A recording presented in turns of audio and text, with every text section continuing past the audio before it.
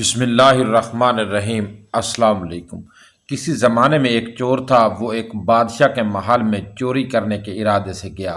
رات کا وقت تھا اور محل کے ایک کمرے سے بادشاہ اور اس کی بیوی کی گفتگو کی آواز آ رہی تھی۔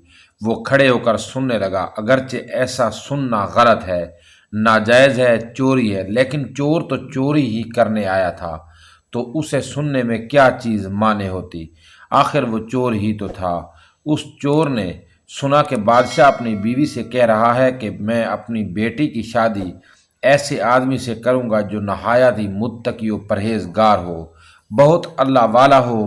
جب چور یہ بات سن رہا تھا تو اس کے دل میں خیال آیا کہ کیوں نہ میں کچھ ایسا بن کر دکھاؤں کہ بادشاہ میرے ہی ساتھ شہزادی کی شادی کر دے۔ دل میں ایک حرص پیدا ہو گیا۔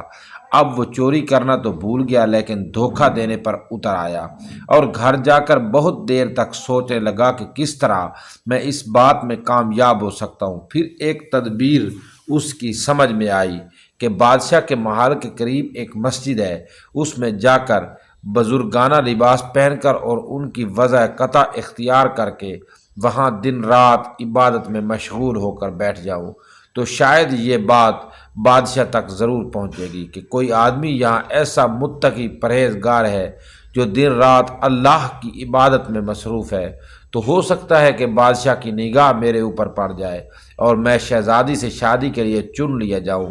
یہ اس چور کا ایک نہایت ہی حقیر اور ذلیل دنیاوی مقصد تھا جس کے لیے اس نے یہ ارادہ کیا۔ پھر اس نے اپنے پروگرام کے مطابق بزرگانہ لباس و پوشاک وضع قطع اختیار کر کے اس مسجد میں جا کر نمازوں پر نمازیں، ذکر و تلاوت، مراقبہ شب شروع کر دیا۔ دن گزرتے رہے اور لوگوں میں شہرت ہوتی گئی کہ کوئی اللہ والے بہت بڑے ولی یہاں آ گئے ہیں جو دن رات عبادت کرتے ہیں۔ یہاں تک کہ یہ بات بادشاہ تک پہنچ گئی کہ یہاں کوئی اللہ والے آ کر بیٹھے ہیں، جوان، زاہد و عبادت میں لاجواب، تقوی و طہارت میں بے نظیر۔ جب بادشاہ کو یہ بات معلوم ہوئی تو انہوں نے اپنے ارادے کے مطابق غور و فکر شروع کر دیا کہ شہزادی کے متعلق جو سوچا تھا اس کے لیے اسی کا انتخاب کیوں نہ کر لیا جائے۔ بادشاہ نے اس سلسلے میں گفتگو کے لیے اپنے وزیر کو بھیجا۔ وزیر اس شخص کے پاس مسجد میں پہنچا اور باادب ہو کر اس سے کہا کہ میں آپ کی خدمت عالیہ میں بادشاہ کی طرف سے ایک پیغام لے کر آیا ہوں۔ اس نے پوچھا کہ کیا پیغام ہے؟ وزیر نے بتایا کہ بادشاہ نے کئی سال پہلے یہ فیصلہ کر لیا تھا کہ وہ اپنی بیٹی کا نکاح ایک ایسے شخص سے کریں گے جو بڑا متقی و پرہیزگار ہو، اللہ والا ہو، اور اس کی تلاش میں تھے۔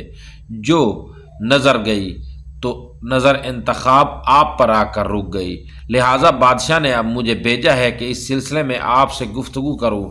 یہ شخص جو دراصل اسی تمنا و آرزو میں یہاں آ کر بیٹھا تھا بہت دیر تک وزیر کی گفتگو سنتا رہا۔ اس کے بعد اس کی آنکھوں سے آنسو جاری ہو گئے۔